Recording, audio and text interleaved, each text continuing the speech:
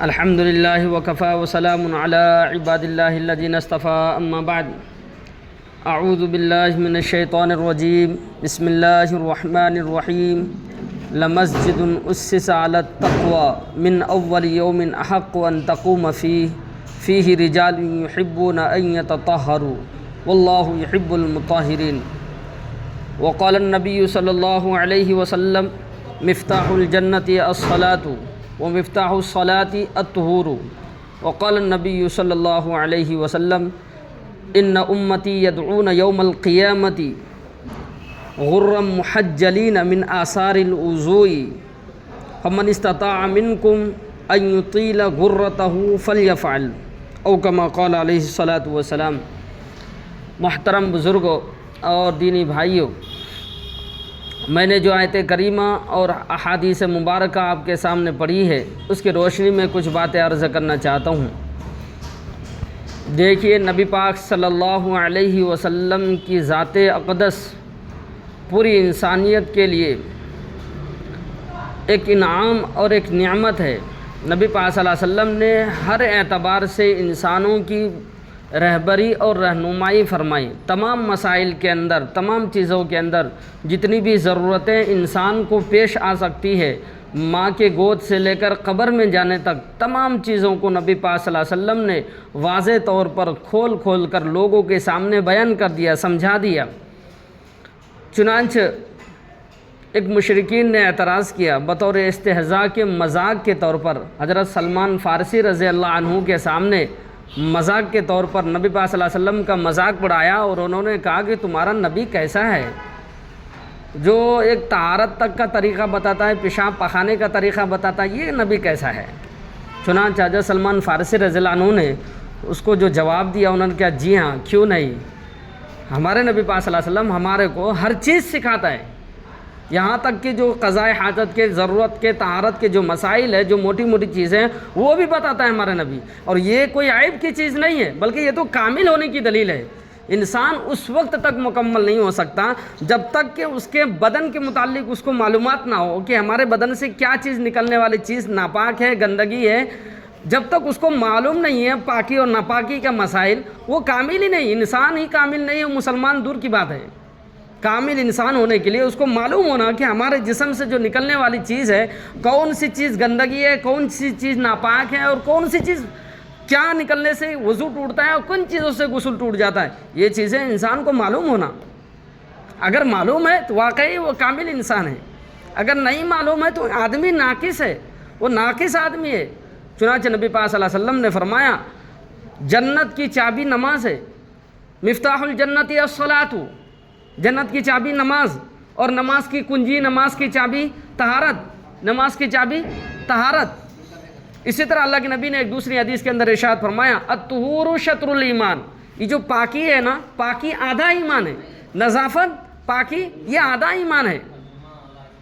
چنانچہ قرآن کریم نے ایسے لوگوں کے بارے میں تعریف کی ہے اللہ مالک نے، جو طہارت کو زیادہ پسند کرتے، طہارت کو اچھی طرح صفائی حاصل کرتے۔ قرآن نے اس کی تعریف بیان کی، قرآن نے کہا فیہ رجال یحبون ان یتطہروا واللہ یحب المطہرین۔ اللہ مالک فرما رہے وہ لوگ جو اس میں ہیں، یعنی مسجد قباء کے ارد گرد رہنے والے تھے۔ نبی پاک صلی اللہ علیہ وسلم کی یہ پہلی مسجد تھی، مسجد قباء۔ جب ہجرت کر کے نبی پاک صلی اللہ علیہ وسلم مکے سے مدینے آئے، اس سے پہلے، تھوڑی دیر پہلے اللہ کے نبی نے قیام فرمایا، وہاں پر ایک مسجد کی تعمیر کرائی نبی پاک صلی اللہ علیہ وسلم نے سب سے پہلے، اس کو کہتے ہیں مسجد قباء۔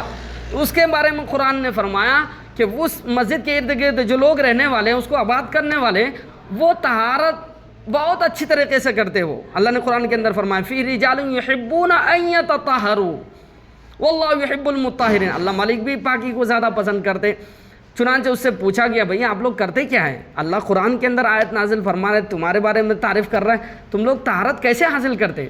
تم لوگوں نے کہا اللہ کے نبی ہم لوگ جب طہارت کرتے ہیں، چھوٹی ضرورت ہو بڑی ضرورت ہو، تو پہلے ہم لوگ ڈھیلے استعمال کرتے، پتھر کو استعمال کرتے، اس کے بعد پھر پانی استعمال کرتے۔ اس کے اندر صفائی زیادہ ہے، کیا ہے اس کے اندر؟ صفائی زیادہ ہے۔ اللہ نے قرآن کے اندر اس کی تعریف بیان کی ہے۔ تو معلوم ہو رہا ہے یہ چیزیں کوئی عیب کی چیز نہیں ہے. طہارت کا طریقہ بتانا، جیسے مشرکین لوگوں نے، غیروں نے اعتراض کیا ہمارے نبی کے اوپر، یہ عیب کی چیز نہیں تھی، بلکہ یہ کامل ہونے کی دلیل تھی، یہ کمالات کی دلیل تھی کہ بھئی انسانوں کو ہر اس چیز سے آگاہ کیا جائے، ہر وہ چیز بتایا جائے جو اس کے کامل ہونے کی دلیل ہو، جس سے وہ انسان کامل کہلائے، مکمل کہلائے، کہ بھئی اس کو طہارت کے طریقے میں معلوم ہے، اس کو ضرورت کے طریقے میں معلوم ہے، وہ پاکی ناپاکی کے مسائل بھی معلوم ہے. تو یہ کمال کی دلیل ہے، یہ عیب کی چیز نہیں ہے. حضرت سلمان فارسی نے ان کو یہی جواب دیا. تو میں یہ عرض کر رہا تھا اس کے مسائل بھی ہمیں معلوم ہونا ہے. چنانچہ نبی پاک صلی اللہ علیہ وسلم، طہارت دو طرح کا ہوتا ہے، ایک ہوتا ہے جسمانی طہارت اور ایک ہوتا ہے روحانی طہارت، یعنی ایک باطنی طہارت اور ایک ہوتا ہے ظاہری طہارت. باطنی طہارت، روحانی طہارت وہ کیسے حاصل ہوتا ہے کہ بھئی دلوں کو ہم اور آپ شرک سے، کفر سے، بغض سے، حسد سے، کینہ سے، جلن سے، ان تمام چیزوں سے اپنے دل کو صاف رکھے، بالکل صاف رکھے.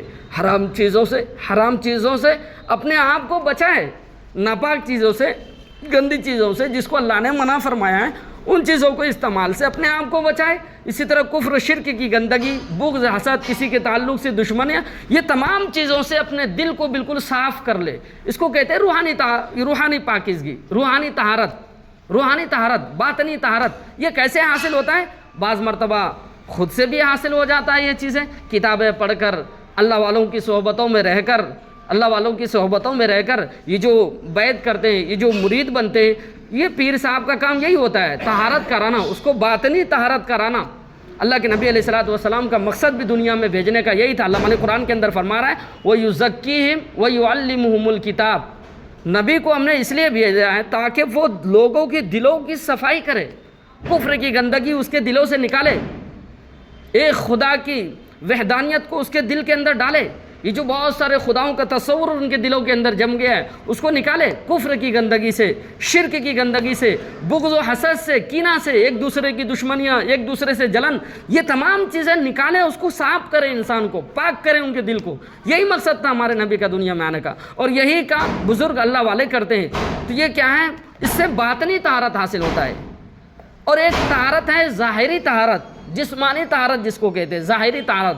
تو اس کے اندر بھی دو چیزیں ہوتا ہے، ایک حدث سے پاک ہونا، احداث سے پاک کرنا اپنے آپ کو، اور ایک ہوتا ہے اوساغ، یعنی میل کچیل کو دور کرنا.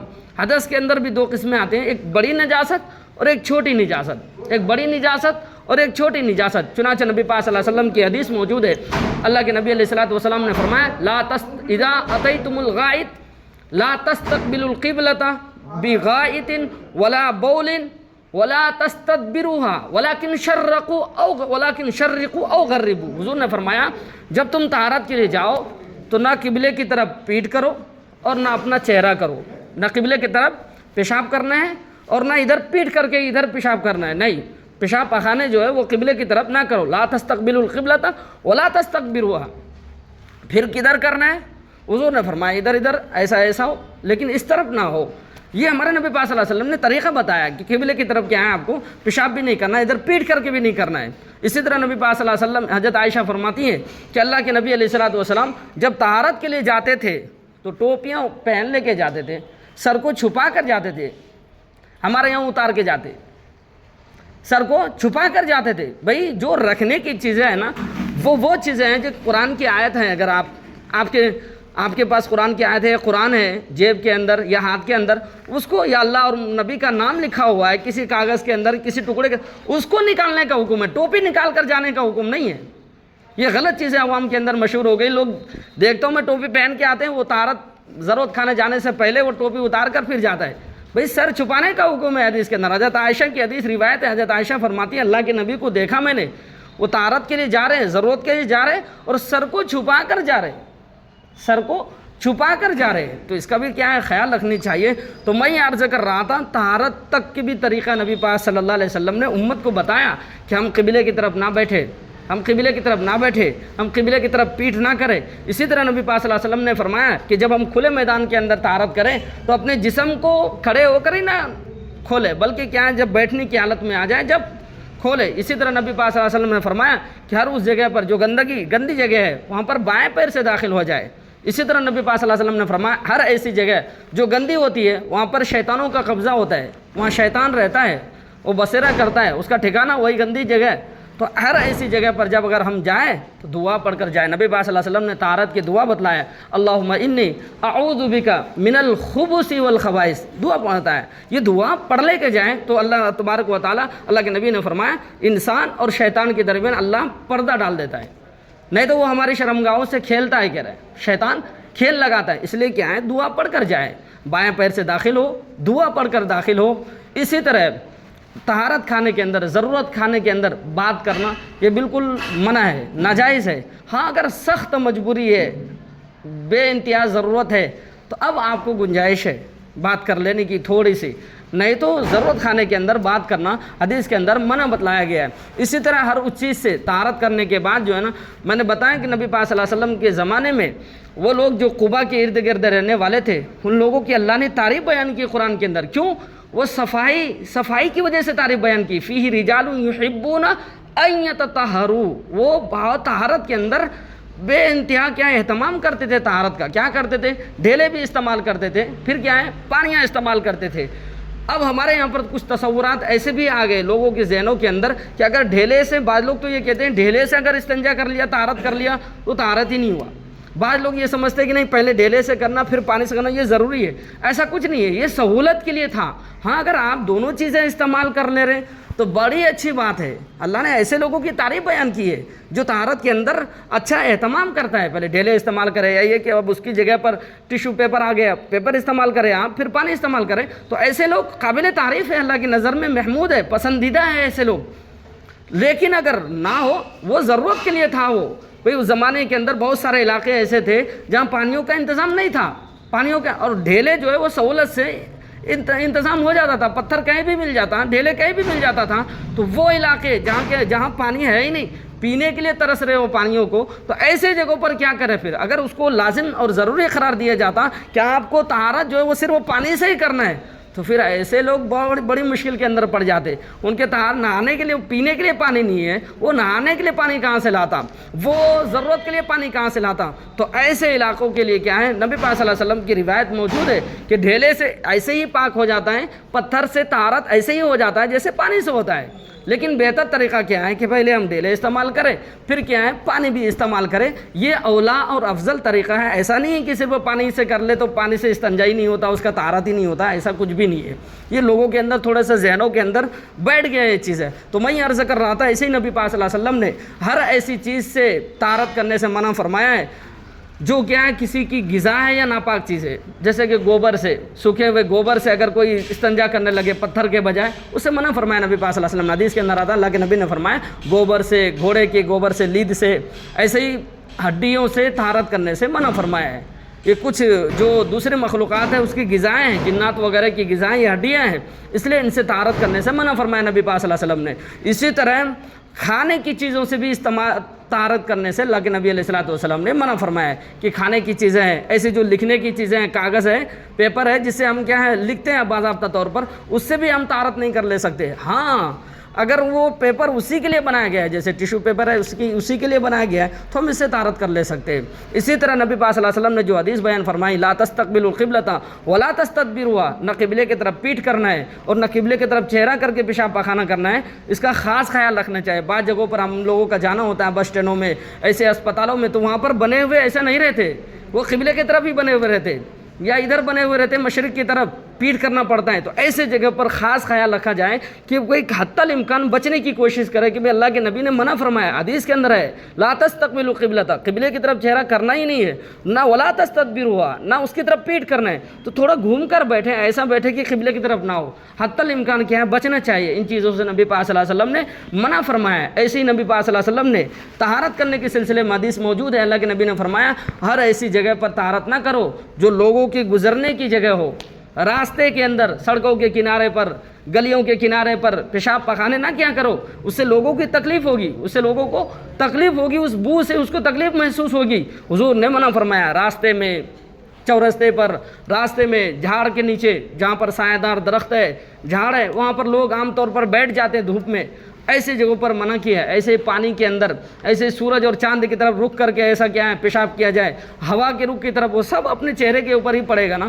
اس لیے نبی پاک صلی اللہ علیہ وسلم نے ہر ایسی جگہ پر طہارت کرنے سے، پیشاب کرنے سے، پاخانہ کرنے سے منع فرمایا ہے، جہاں پر لوگوں کا گزرگاہ ہو یا یہ کہ وہ درخت ہو جہاں پر لوگ بیٹھ جاتے ہیں، عام طور پر سایہ کر لیتے ہیں راستوں میں، ایسے پانیوں کے اندر پیشاب کرنے سے، یہ تمام چیزیں ہیں، ان چیزوں کا کیا ہے خاص خیال رکھنا چاہیے۔ اسی طرح نبی پاک صلی اللہ علیہ وسلم نے ایک حدیث کے اندر ارشاد فرمایا کہ یہ جو پیشاب کے چھینٹے ہوتے ہیں ان سے عام طور پر لوگ احتیاط نہیں کرتے، چھینٹے جو ہوتے ہیں اس سے بچتے نہیں عام طور پر لوگ، یوں ہی بس کیا ہے بولے تو کہیں بھی سخت۔ نبی پاک صلی اللہ علیہ وسلم کے بارے میں حدیث کے اندر آتا ہے، اللہ کے نبی نے حضرت اللہ کے نبی نے کہہ رہے جب طہارت کرنے کی ضرورت پڑتی تھی تو اللہ کے نبی کے علاقہ جو ہے وہ بڑا سخت ہے اور وہ پتھریلی زمین ہے، نبی پاک صلی اللہ علیہ وسلم کے اندر روایت موجود ہے کہ اللہ کے نبی اس کو کھود لیتے تھے، لکڑیوں سے اس کو نرم کر لیتے تھے زمین کو، پھر اس کے اوپر طہارت کرتے تھے۔ اللہ کے نبی ضرورت پیش آتی تو نرم کرتے تھے زمین کو، نرم کھود کر لکڑیوں سے، پھر پیشاب کرتے تھے، اللہ کے نبی طہارت کرتے تھے۔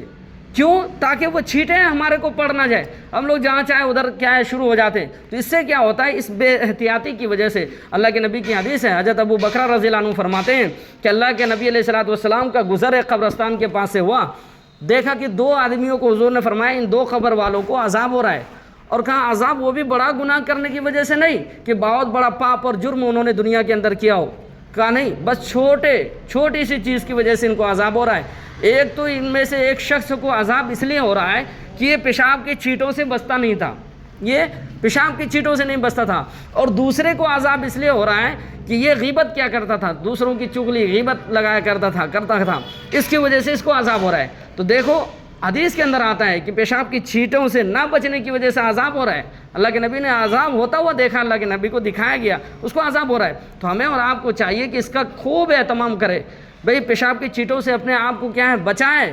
وہ چھوٹے باریک سوئی کے ناکے کے برابر اگر پڑ جائیں تو وہ معاف ہے، وہ کیا ہے معاف ہے، لیکن زیادہ پیشاب کی چھینٹوں سے اپنے آپ کو حتی الامکان کوشش کرنا ہے وہ چھینٹیں بھی ہمارے کو نہ پڑنے چاہے۔ وہ عام طور پر جو پیشاب خانے ہمارے یہاں پر بنے ہوتے ہیں نا، وہ ویسے ہی ہوتے کہ وہ پڑ جاتے تھوڑے، تو ہمیں اپنے آپ کو بچانا چاہیے ایسی چیزوں سے۔ نبی پاک صلی اللہ علیہ وسلم نے عذاب کی وعیدیں سنائی ہیں کہ ایسے لوگوں کو عذاب ہوتا ہے، اس لیے نبی پاک صلی اللہ علیہ وسلم بہت احتیاط کرتے تھے پیشاب کے اندر، بہت احتیاط، یہاں تک کہ کھود کر اتنی مشقت اٹھاتے تھے، لکڑیوں سے پہلے کیا اس کو کھودتے تھے، نرم کرتے تھے زمین کو، پھر پیشاب کرتے تھے۔ اس سے پتہ چلا کہ ہمیں اور آپ کو بھی کیا ہے اہتمام کرنا ہے، بچنا ہے ایسی چیزوں سے، ایسے کیا ہوتا ہے عذاب۔ اسی طرح کھڑے ہو کر پیشاب کرنے کے اندر، چونکہ یہ سنت کے خلاف بھی ہے، حضرت عمر رضی اللہ عنہ فرماتے ہیں کہ ایک مرتبہ ابتدائی زمانے میں ہوگا یہ، ایک مرتبہ اللہ کے نبی نے دیکھا کہ میں کھڑے ہو کر پیشاب کر رہا ہوں، حضرت عمر کہہ رہے میں کھڑے ہو کر پیشاب کر رہا تھا، اللہ کے نبی نے دیکھا اور دیکھنے کے بعد فرمایا اے عمر کھڑے ہو کر پیشاب مت کرو، کیا کرو؟ کھڑے ہو کر پیشاب مت کرو، بیٹھ کر پیشاب کیا کرو۔ کیسے؟ یہ ابتدائی زمانے کا واقعہ ہوگا، حضرت عمر فرما رہے اللہ کے نبی نے مجھے دیکھا میں کھڑے ہو کر پیشاب کر رہا تھا، حضور نے منع فرمایا، اس لیے کیا ہے کھڑے ہو کر پیشاب، اس سے کیا ہوتا ہے عام طور پر چھینٹیں ہمارے جسم کے اوپر پڑ جاتا ہے، اور یہ سنت کے خلاف بھی ہے۔ ہاں اگر کوئی مجبوری ہو، ایک حدیث کے اندر آتا ہے کہ اللہ کے نبی نے بھی ایک مرتبہ ایک قوم کی کوڑی کے پاس سے گزر رہے تھے، وہاں پر اللہ کے نبی نے کھڑے ہو کر پیشاب کیا ہے۔ شراح حدیث نے، محدثین نے یہ تفسیر بیان کیا ہے کہ اللہ کے نبی کو یا تو گھٹنوں میں درد تھا یا یہ کہ وہ جگہ بالکل گندا تھا، اس کے لیے اللہ کے نبی بیٹھنے کی وجہ سے کپڑے گندے ہو سکتے تھے، اس لیے اللہ کے نبی نے کھڑے ہو کر پیشاب کیا ہے۔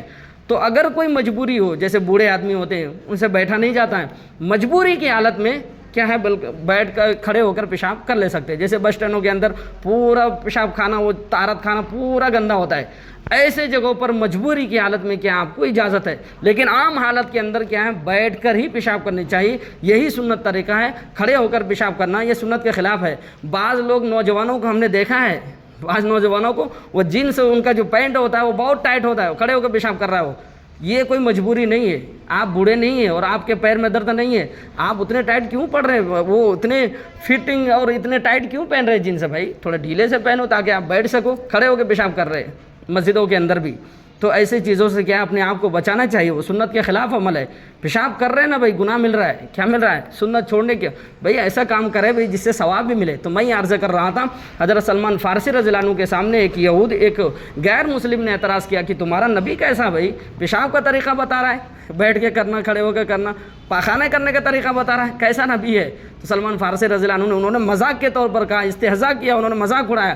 سلمان فارسی نے کہا یہ تو بھائی کوئی کمی کی چیز نہیں ہے. ہاں ہمارا نبی سکھاتا ہے, ہمیں ہر چیز سکھاتا ہے, بلکہ ضرورت کے, تقاضے کے, جو طہارت کے جو موٹے موٹے مسائل ہیں وہ بھی بتاتا ہے. اس میں کمی کی کوئی بات نہیں ہے, بلکہ یہ تو کمال کی دلیل ہے. بھئی یہ چیزیں عیب کی چیز نہیں ہے. بھئی انسان کے جسم کے اندر آنا اور نکلنا, ڈالنا, یہ تو ہے ہی ہے. اللہ مالک نے ایسے ہی رکھا ہے, اس کا نظام ایسے رکھا ہے. اب اس کو بتلا دینا کہ بھئی ایسا کیا جاتا ہے, یہ کوئی عیب کی چیز نہیں ہے. یہ بہت بڑی نعمت ہے اللہ کی طرف سے.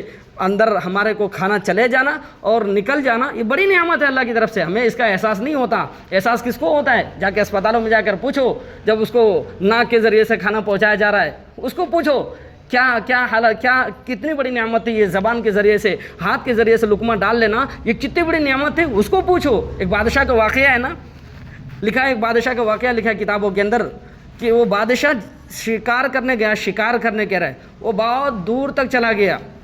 جاتے جاتے کہہ رہا ہے اس کو بہت شدت کی پیاس لگی, پانی ہے ہی نہیں اس کے پاس.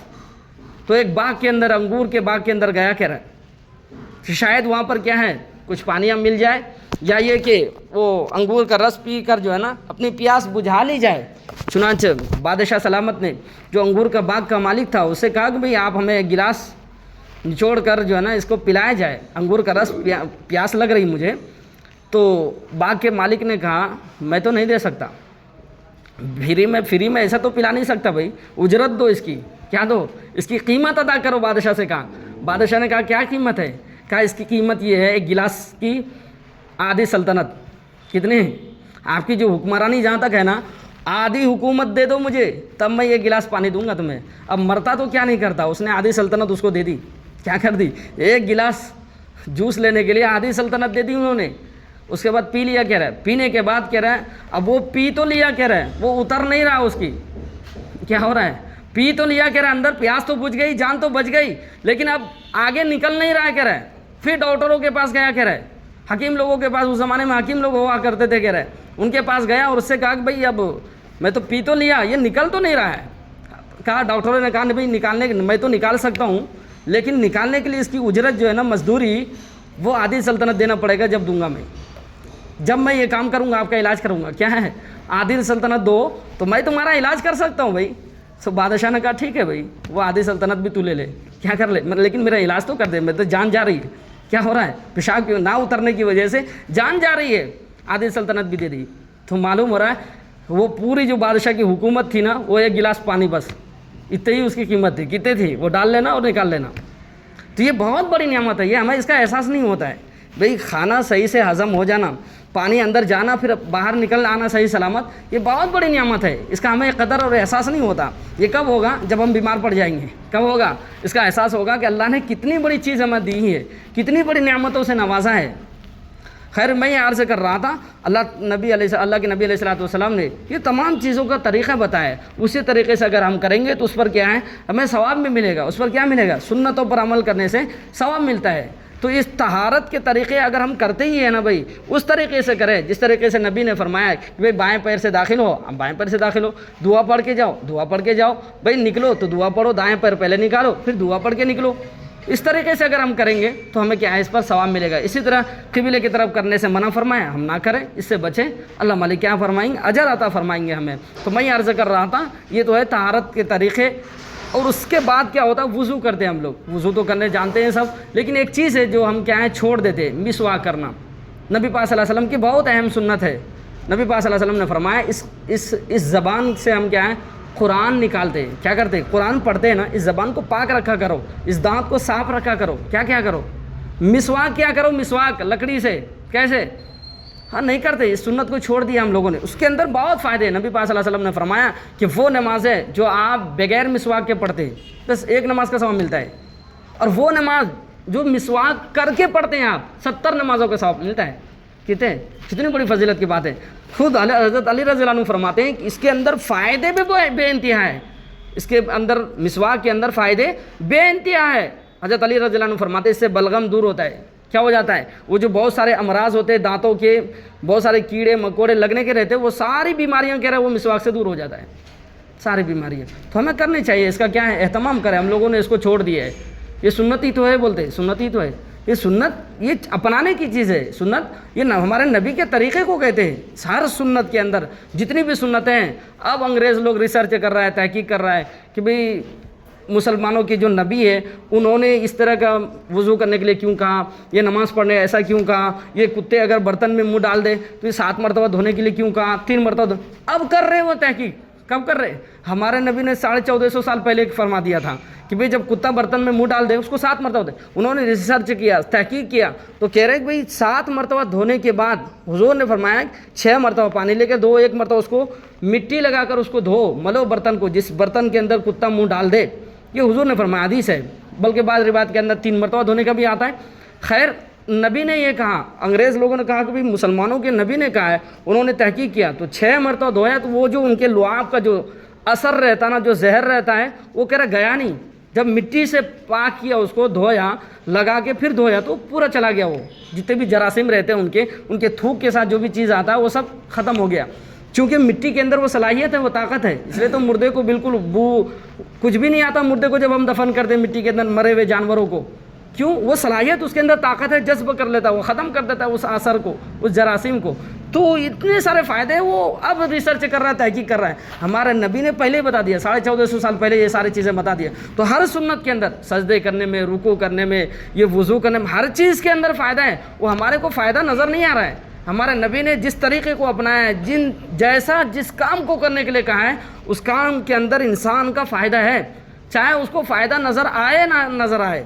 آج نہیں تو کل اس کو نظر آئے گا، لیکن فائدہ ضرور ہے۔ تو میں یہ عرض کر رہا تھا ان چیزوں کا خاص خیال رکھے۔ اسی طرح اس چیز کے اندر یہ جو غسل کرتے ہیں، غسل کے اندر بھی خاص طور پر جب اس کو کہتے ہیں حدث اصغر، وضو ٹوٹ جائے تو، اور غسل ٹوٹ جائے تو اس کو کہتے ہیں حدث اکبر۔ حضور نے فرمایا کہ جب آدمی ناپاک ہو جائے تو فوراً غسل کرے، کیا کرے؟ دیر نہ کرے غسل کرنے میں۔ کیوں؟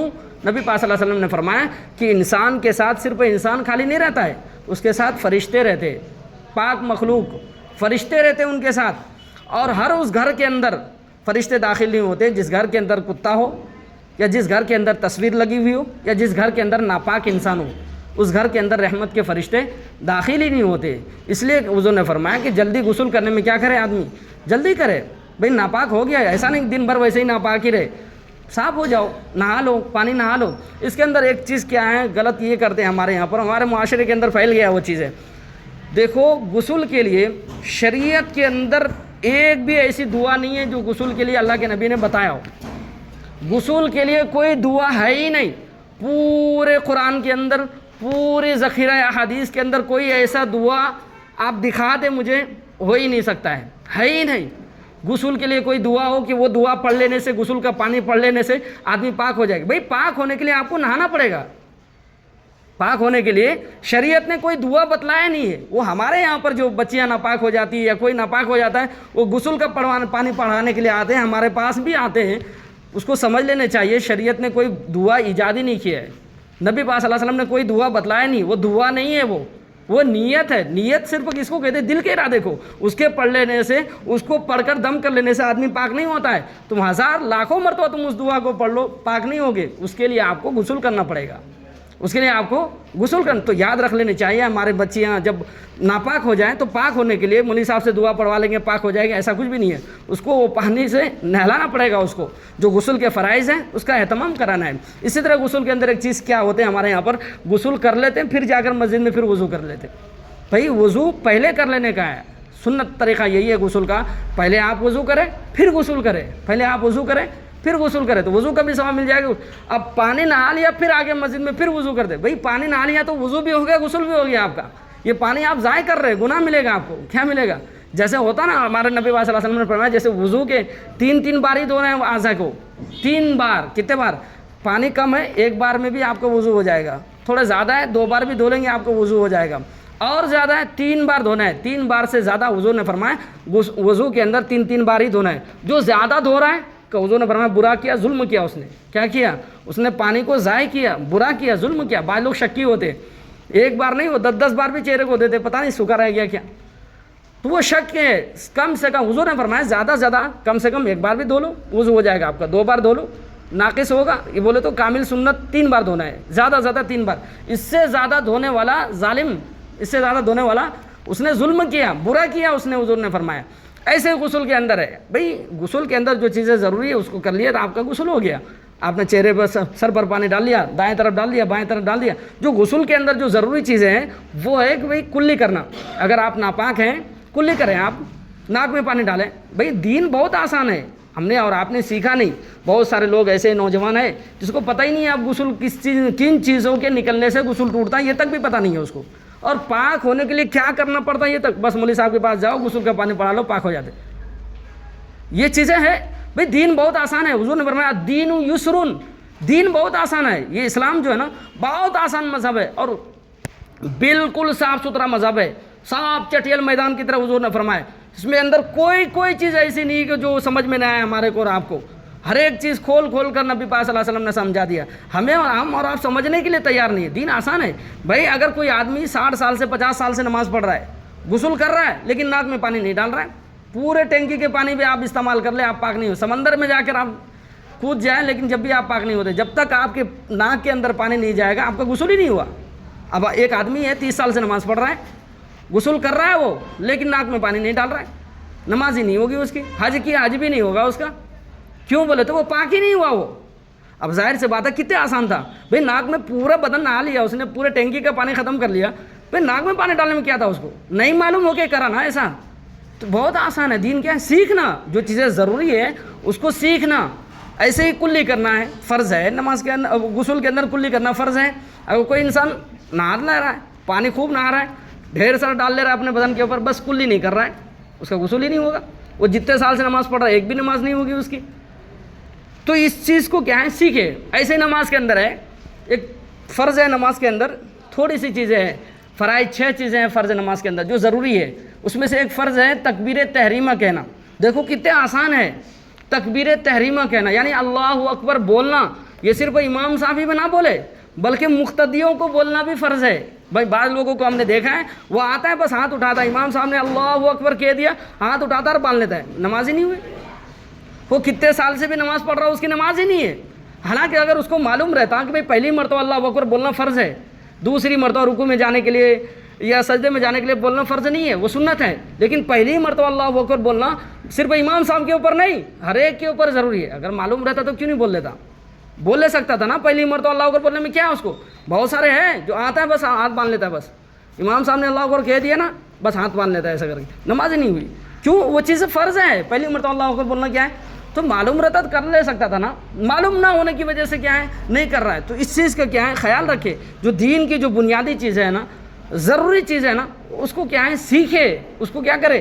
سیکھے. غسل کا طریقہ ہے، وضو کا طریقہ ہے، کیا چیز اس میں ضروری ہے پوچھ کر کیا ہے اس پر عمل کرے. نہیں تو پھر کیا ہے پوری زندگی کی نمازیں ہماری، وہ حج جو کیا ہم نے، وہ عمرہ جو کیا ہم نے، اگر ناپاکی کی حالت میں کیا ہم نے وہ ہوگا ہی نہیں، آپ کا ادا ہی نہیں ہوگا. پھر سے حج کرنا پڑے گا آپ کو، پھر سے عمرہ ادا کرنا پڑے گا اگر آپ نے ناپاکی کی حالت میں کر لیا. وہ 30 سال کی نمازیں جو آپ نے پڑھ لی جس کے اندر ناک میں پانی نہیں ڈالا تھا یا کلی نہیں کیا تھا، پورا غسل کر لیا تھا، وہ 30 سال کی نمازیں آپ کو لوٹانی پڑیں گی، قضائے عمری کرنا پڑے گا آپ کو. تو اس لیے کیا ہے سیکھیں اور سیکھ کر کیا اس پر عمل کریں. تو نبی پاک صلی اللہ علیہ وسلم نے ہر چیز کا طریقہ بتایا. اسی طرح اگر پانی پر آپ قادر نہیں ہے، مجبور آدمی ہے آپ، کیا ہے مجبور ہیں آپ، یا یہ کہ ڈاکٹروں نے منع کر دیا آپ کو پانی استعمال کرنے سے، تو ایسی حالت میں کیا کرے؟ یا یہ کہ پانی نہا کر مر جائے. حضرت عمر رضی اللہ عنہ کے زمانے میں کہہ رہے ایک جنگ کے اندر ایسا ہوا تھا. ابتدائی زمانے میں چونکہ احکامات نازل ہو رہے تھے آسمانوں سے، حکم نازل ہو رہا تھا وضو کے، غسل کے، تیمم کے. اس زمانے کا واقعہ ہے کہ ایک مرتبہ جنگ کے اندر ایسا ہوا کہ ایک صحابی زخمی ہو گئے اور بہت زیادہ زخمی ہو گئے. معلوم مسائل کا کیا ہے اتنا علم نہیں تھا ابھی، چنانچہ انہوں نے غسل کیا اور انتقال ہو گیا. پانی استعمال نہیں کرنا تھا اس کو، سر کے اندر یا کہیں زخم تھا اس کو، پانی استعمال کیا انتقال ہو گیا. ایسے ہی حضرت عمر رضی اللہ عنہ کے بارے میں آتا ہے کہ انہوں نے وہ پورے، اب ان کو تیمم کا اتنا طریقہ نہیں معلوم تھا صحیح سے کیسے کیا جاتا ہے، پورے مٹیاں ملی کے پورے بدن کے اوپر. چنانچہ حضرت اللہ کے نبی علیہ الصلوۃ والسلام کے سامنے آ کر دونوں واقعہ سنایا کہ اللہ کے نبی ایسا ہوا کہ ایک صحابی بہت زیادہ زخمی ہو گئے، اس کو اب پاکی کے لیے کیا کرنا پڑتا ہے؟ نہانا پڑتا ہے پانی. اس نے پانی نہایا انتقال ہو گیا اس کا، دوسرے نے ایسا ایسا کر لیا، حضور نے فرمایا یہ طریقہ نہیں ہے۔ تیمم کا طریقہ کیا ہے؟ اس صحابی کو چاہیے تیمم کر لے، بھائی مجبوری ہے نا، زخم ہے، نہیں معلوم تھا مسائل، کیا کرے؟ انہوں نہا لیے پانی، چلے گئے دنیا سے۔ مسائل سیکھنا، حضور نے فرمایا اس کے لیے تیمم تھا، جو پانی پر قادر نہ ہو وہ کیا کرے؟ تیمم کرے۔ کیا کرے؟ تیمم کیا ہے؟ اب ہمارے یہاں پر غلط فہمی کیا ہو گئی، وہ ہر ایک چیز کے لیے تیمم کر لے رہا، بخار آیا ذرا سا بس، بخار وہ کیا کر لے رہا ہے؟ وہ دیوار پہ ہاتھ مار لے رہا، تیمم کر لے رہا بس وضو۔ بھائی نہیں ہوتی بھائی، وہ عام خوب مجبوری کی حالت میں ہے، پانی ہے ہی نہیں، یا یہ کہ ڈاکٹروں نے، ماہر ڈاکٹروں نے بتا دیا تمہاری جان کو خطرہ ہے اگر پانی استعمال کرے تو، ایسی حالت کے اندر تیمم جائز ہے؟ ایسا نہیں تھوڑا سا بخار آیا پانی چھونے کا دل نہیں کر رہا ہے تیمم کر لیا وضو، نہیں، ایسی حالت میں تیمم جائز نہیں ہے۔ بعض لوگوں ہمارے سے مسائل پوچھا کہ وہ تیمم کر کے 2 منٹ فجر کی نماز میں ہے، جلدی سے پانی نہ آئے گا تو فجر کا وقت نکل جائے گا، امام صاحب ہے وہ، کیا ہے وہ امام صاحب ہے کہ تیمم کر لے رہا، نماز پڑھا لے رہا جا کے تیمم۔ بھائی ہمارے سے بعد میں مسئلہ معلوم کیا تو میں نے کہا وقت تنگ ہونے کی وجہ سے تیمم جائز نہیں ہے، یا تو ڈاکٹر نے منع کر دیا پانی استعمال کرنے سے جب تیمم جائز ہے، یا یہ کہ پانی ہے ہی نہیں، 1 کلومیٹر 1 میل تک پانی ہے ہی نہیں، چاروں طرف اطراف میں کہیں مل نہیں سکتا پانی، ایسی حالت کے اندر تیمم جائز ہے۔ وقت کم ہونے کی وجہ سے تیمم جائز نہیں۔ آپ امام بھائی دوسرے مقتدی لوگ ہیں نا بھائی، لمبی لمبی سورت فجر کی نماز میں پڑھانا ضروری نہیں ہے، قل هو اللہ احد آتے نہ پڑھا دے نماز ہو جائے گی، دوسرے مقتدی ہے نا اس سے پڑھوانا، کہہ رہا میں بہت سال سے پڑھا رہا ہوں ایک بھی نماز نہیں ہوئی، بولا میں کیا ہوا؟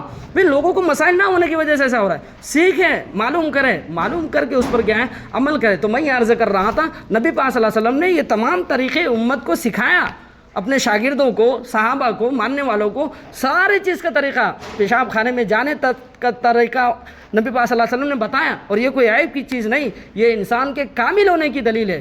تو یہ حدث اصغر، حدث اکبر، بڑی ناپاکی ہو، چھوٹی ناپاکی ہو، اس سے پاک ہونے کے طریقے، ایسے ہی تیمم کے طریقے بہت آسان ہے، یہ سب چیزیں کیا ہیں سیکھیں۔ ایسے نبی پاک صلی اللہ علیہ وسلم نے ہمیں اور آپ کو یہ تعلیم دی ہے کہ ہم اور آپ ہفتے میں کم سے کم ایک بار تو نہائیں، اپنے بدن کو میل کچیل سے، یہ تو بڑی ناپاکی سے پاک ہونا ہے۔ بھائی ناپاک نہیں ہے بدن، ایسا نہیں کہ ایک مہینے تک ایسے ہی رہے ہم نہائیں نہ پانی، نہیں، پانی نہائیں ہم، کم سے کم جمعے تو نہائیں، حضور پاک صلی اللہ علیہ وسلم نے سنت قرار دی ہے، جمعے کی سنتوں میں سے ایک سنت یہ بھی ہے پانی نہائیں، کیا کرے؟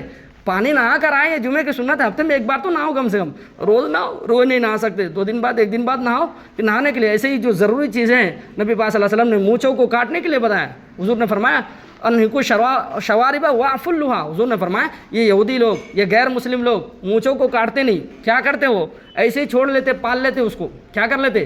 وہ بھی کھا رہا ہے، وہ بھی پی رہا ہے، تو مونچھے بھی پی رہا ہے اس کا پانی، کیا کر رہا ہے؟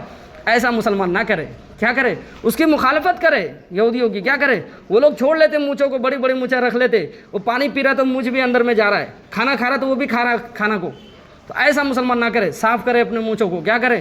داڑھیوں کو بڑھائے، داڑھیوں کو کیا کرے؟ مونچھوں کو قطرے کاٹے اور داڑھیوں کو بڑھائے، حضور پاک صلی اللہ علیہ وسلم نے فرمایا۔ ایسے نبی پاک صلی اللہ علیہ وسلم نے فرمایا اس کی مدت کب تک ہے؟ 40 دن تک ہے، 40 دن کے اندر اندر ایسے صفائی کرے انسان اپنے بدن کی، کیا کرے؟ صفائی کرے۔ حضور نے فرمایا مونچھوں کو کاٹے، 40 دن تک اس کی مدت ہے، 40 دن کے بعد بھی اگر بغل کے بال، زیر ناف کے بال، بھئی ناخون، ایسے کانوں کی گندگیاں، یہ سب چیزیں اگر صاف نہیں کر رہا وہ گنہگار ہے، وہ انسان کیا ہے؟ ایک صحابی کا واقعہ ہے کہ اللہ کے نبی نے اس کو دیکھا تو بالکل میلے کچیلے کپڑے پہن کے، ایسے ہی بال ادھر ہے ادھر بکھرے ہوئے بال۔ حضور نے فرمایا کیا اللہ نے تمہارے کو غریب بنایا ہے؟ مال نہیں دیا اللہ نے؟ اس صحابی نے کہا اللہ کے نبی میں بڑا مالدار ہوں، میں سیٹھ صاحب ہوں، کیا ہوں؟ مال بھی ہے، سونے چاندی کا ذخیرہ بھی ہے ہمارے پاس، اور جانور بھی بہت سارے ہیں ہمارے پاس، بہت مالدار ہوں میں۔ حضور نے فرمایا جب اللہ نے نعمتیں دی ہیں آپ کو، اس کا اثر ہونا، ظاہر ہونا، ایک نعمت کا اظہار ہونا، بھئی بالوں کی صفائی ہو، کیا ہو، یہ نہیں کہ ایک مہینے تک جوں پھیل جائے بالوں کے اندر، گندے ہو جائے، سر دھوئے بھی نہیں رہے، بعض مرتبہ بالوں کے اندر جوں ہو جاتے، داڑھیوں کے اندر بھی، بھئی خوشبوئیں لگائے، بھئی بالوں کو صاف کرے، کنگا کرے۔ ہمارے نبی پاک صلی اللہ علیہ وسلم تیل بھی لگاتے تھے بالوں کے اندر، کنگا بھی کرتے، یہ نہیں کہ رات دن اسی میں پڑا رہے، یہ تو نہیں ہے، دن میں ایک بار کنگے کر لیے، اپنے بالوں کے اندر داڑھیوں کے اندر تیل لگا لیا، یہ سنت عمل ہے۔ نبی پاک صلی اللہ علیہ وسلم کیا اس صحابی سے فرمایا جاؤ بھائی اللہ نے ایک نعمت دی ہے آپ کو، اس نعمت کا اظہار ہو، صاف ستھرے کپڑے پہنو۔ کیسے پہنو؟ ہمارے بعض اللہ والوں کا بزرگوں کے بارے میں آتا ہے کہ ہر روز ایک کپڑے نئے کپڑے پہنتے تھے، وہ کیا کرتے تھے؟ پیر صاحب بزرگ، اس کو پیر نہیں کہتے جو 2 مہینے تک 1 سال تک نہاتا نہیں، پورے گندے سڑے ہوئے کپڑے کے اندر وہ مالا ڈال کے بیٹھا رہتا، وہ بزرگ نہیں ہے۔ شریعت نظافت کو پسند کرتا ہے، اللہ مالک پاکی کو پسند کرتا ہے، یہ گندے سندے سڑے ہوئے رہنے کو پسند نہیں کرتا اللہ مالک، صاف ستھرا۔ اسلام ایک تب بالکل صاف اور ستھرا مذہب ہے، وہ صفائی کو پسند کرتا ہے۔ یہاں تک حضور نے فرمایا طہور شطر الایمان، یہ جو پاکی ہے نا یہ آدھا ایمان ہے، یہ کیا ہے؟ آدھا ایمان ہے. تو نظافت رہے، صاف ستھرا رہے. اللہ ہم سب کو ان باتوں پر عمل کی توفیق بخشے. سنتیں پڑھ لیں.